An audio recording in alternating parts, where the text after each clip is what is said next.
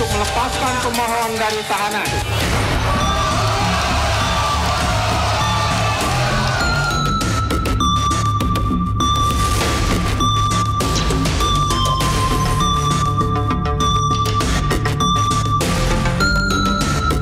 Lanjutkan dengan Mas Tama, ada Bang Heri dan juga Bang Edi Hasibuan. Sih ke Bang Edi tadi sebelum kemudian menutup dialog ya dari kuasa hukum Peggy kemudian menyatakan ya Bang Edi bahwa Kapolda Jabar ini harus turun dari nol lagi, turun langsung, jangan percaya pada di reskrimum langsung mention nama begitu agar kemudian penyidikannya bisa benar-benar clear. Apa tanggapan Anda Bang Edi? Kalau menurut pandangan kami ya mungkin tidak demikian ya, karena sebetulnya apa yang terjadi di Polda Jawa Barat ya tentunya itu atas persetujuan daripada Kapolda ya sebagai penanggung jawab wilayah ya yang didelegasikan kepada Direktur Kriminal Umum Polda Jawa Barat ya. Tetapi saya kira semua itu tentu akan menjadi masukan ya. Apakah ada seperti itu ya? Tapi kalau menurut pendapat kami rasanya tidak mungkin ya kalau ada perbedaan pendapat antara Direktorat Kriminal Umum yang dibawa Kapolda dengan Kapolda sendiri.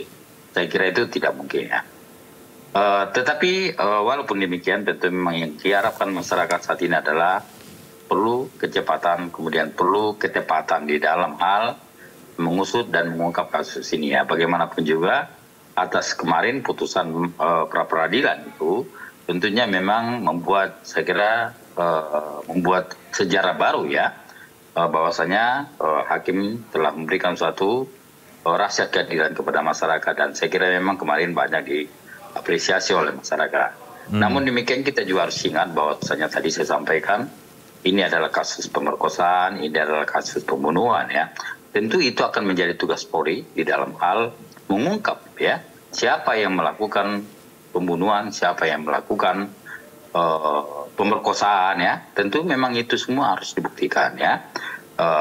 Memang kemarin betul ya, bahwasanya Peggy dibebaskan kemudian dihapus statusnya sebagai tersangka.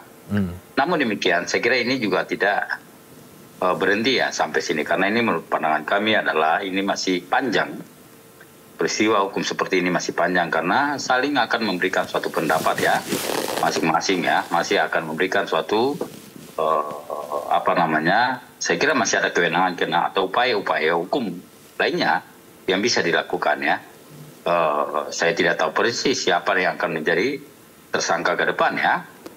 Bisa ada orang lain atau bisa Peggy yang lain atau juga bisa Peggy yang lain, kita tidak tahu. Tetapi yang pasti adalah Polda Jawa Barat tentu tidak juga bisa berhenti ya. Karena kemarin ada putusan pra-peradilan kemudian dikalahkan Polda ya. Tetapi bukan berarti Polda akan berhenti ya. Saya kira tidak demikian, tetapi kami mengharapkan agar tentu yang kita harapkan saat ini kepada Polda Jawa Barat adalah harus bisa mempertanggungjawabkan ya apa yang menjadi kinerjanya ya. Jika kemarin itu dibatalkan, tentu saya kira Polda juga harus bisa memberikan suatu upaya-upaya hukum lainnya ya agar apa yang menjadi putusannya selama ini bisa dibuktikannya kepada masyarakat ya. Oke, Mas Tama, kalau kemudian yang tadi disampaikan oleh kuasa hukum Peggy ya, Kapolda harus turun, menurut Anda itu perlu atau tidak? Dan kalau kemudian di penyidikan ulang akan dilakukan, harus seperti apa kemudian ini berproses, Mas Tama? Ya, saya rasa soal putusan pra-peradilan itu kan sebetulnya bagian atau sarana bagi siapapun warga negara untuk melakukan koreksi gitu ya. Kalau memang ada kesalahan maka ada kanalnya, ada salurannya lewat proses pra-peradilan. Dan tentu saja soal pra-peradilan itu bukan sesuatu hal yang luar biasa gitu ya.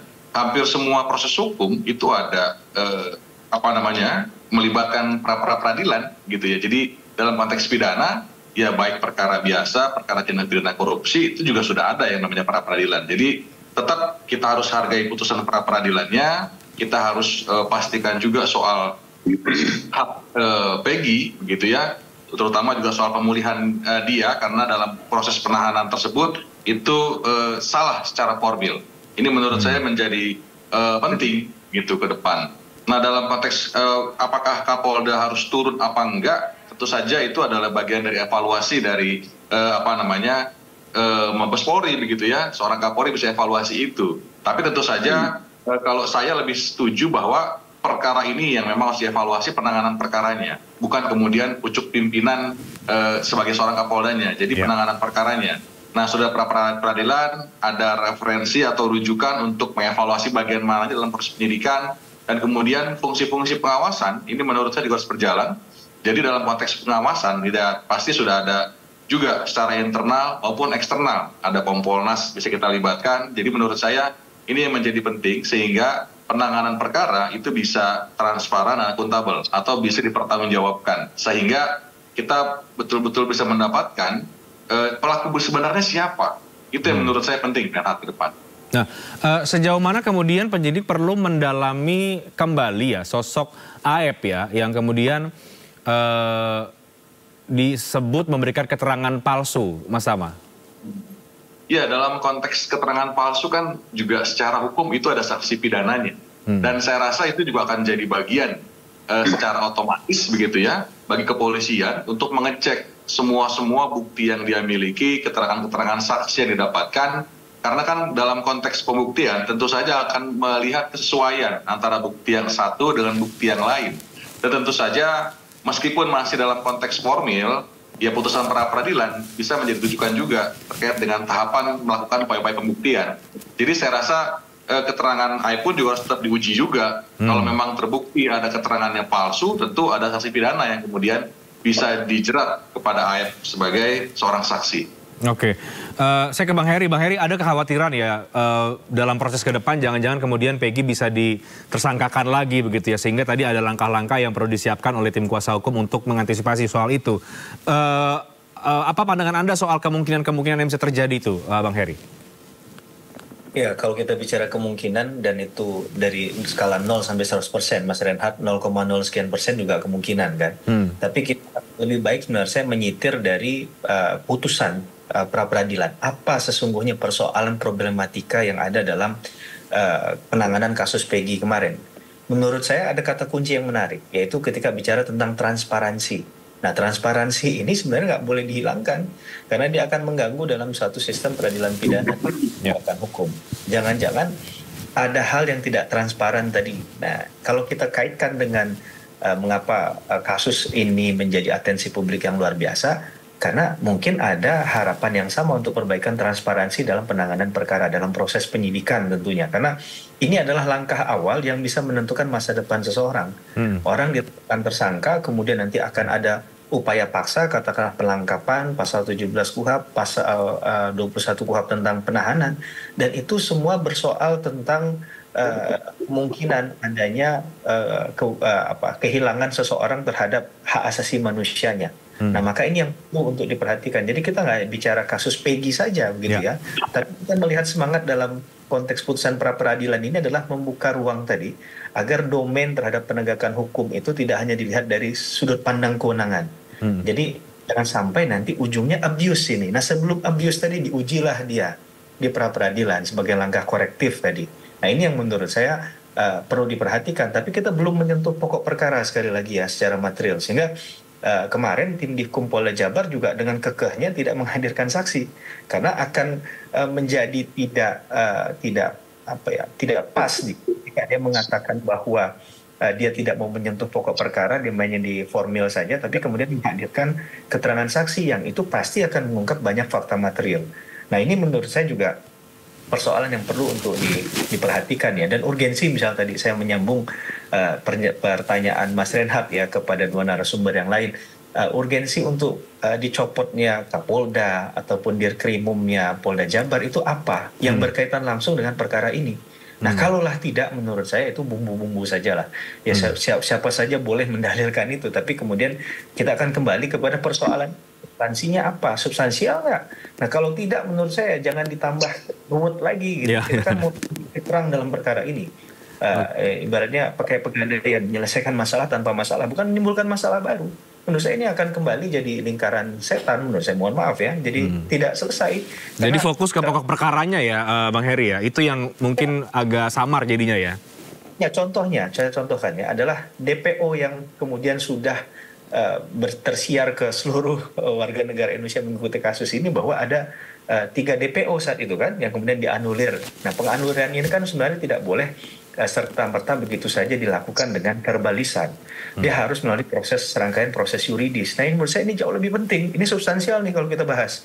Nah, misalnya Peggy kemarin ketika awal press conference dikatakan sebagai otak pembunuhan. Mengapa sampai 8 tahun baru bisa diproses begitu? Apa kendalanya?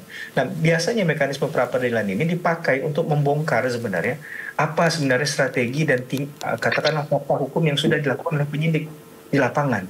Menurut saya itu jauh lebih punya nilai tambahnya. Apakah kemudian putusan itu menguntungkan pihak pemohon atau termohon, itu urusan yang lain gitu.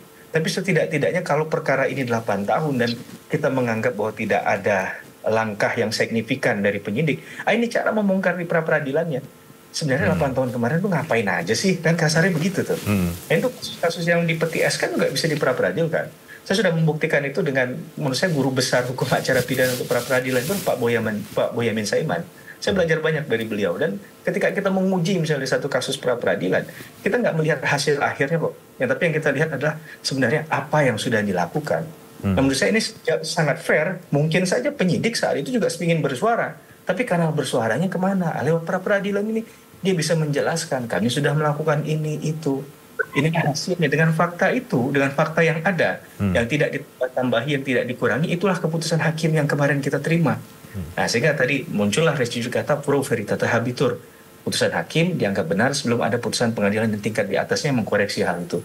Saya rasa ini momentum untuk pembelajaran hukum yang menarik, Mas Reinhardt, bukan masalah dalam tanda petik ya, gimmick yang ditimbulkan yang ujungnya nanti malah menjauhi dari keadilan substansinya. Saya rasa itu, Mas Reinhardt. Oke, Bang Edi silakan. Bang Edi mungkin ada tanggapan ya, agar kemudian ini tidak jauh dari keadilan yang substansi yang tadi disinggung juga oleh Bang Heri, karena biar bagaimanapun dampak dari putusan pra-peradilan kemarin juga ada catatan kritis bagi kepolisian kita, Bang Heri, Bang Edi. Ya, tentunya betul ya, kata-kata Bang. Saya kira tadi siapa namanya? Bang Heri Heri Firmansyah. Juga ya, Bang Tama, Bang Heri ya. Sebenarnya ini memang betul ya. Ini merupakan bagian daripada koreksi kepada penyidik, termasuk pada semua jajaran kepolisian ya.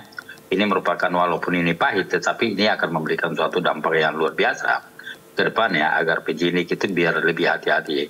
Dalam hal tentu yang kalau kita lihat kemarin, apa yang menjadi putusan hakim kan memang lebih kepada banyak tentang prosedur yang dilakukan ketika menetapkan seseorang menjadi tersangka ya.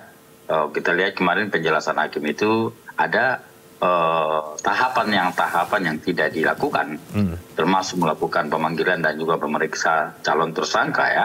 Hari itu sebetulnya memang sudah menjadi ketentuan di dalam hal ketika penyidik melakukan atau menetapkan seseorang menjadi tersangka. Tentu memang itu harus didahului dengan pemeriksaan dulu, pemanggilan dulu ya sebagai calon tersangka, kemudian lalu tetapkan yang menjadi. Tetapi itu semua tentu akan menjadi koreksi ya, apa yang menjadi putusan hakim kemarin itu akan menjadi koreksi buat penyidik ya, Polda Jawa Barat ya, dan tentu itu akan menjadi bahan introspeksi kepada seluruh jajaran Polri agar bisa meningkatkan profesionalismenya di dalam menangani berbagai kasus apapun juga ya. Baik. Untuk ya. Baik, sekali lagi kita akan lihat ya bagaimana prosesnya ke depan, karena masih panjang dan tentu mata publik juga masih ikut mengawasi soal ini.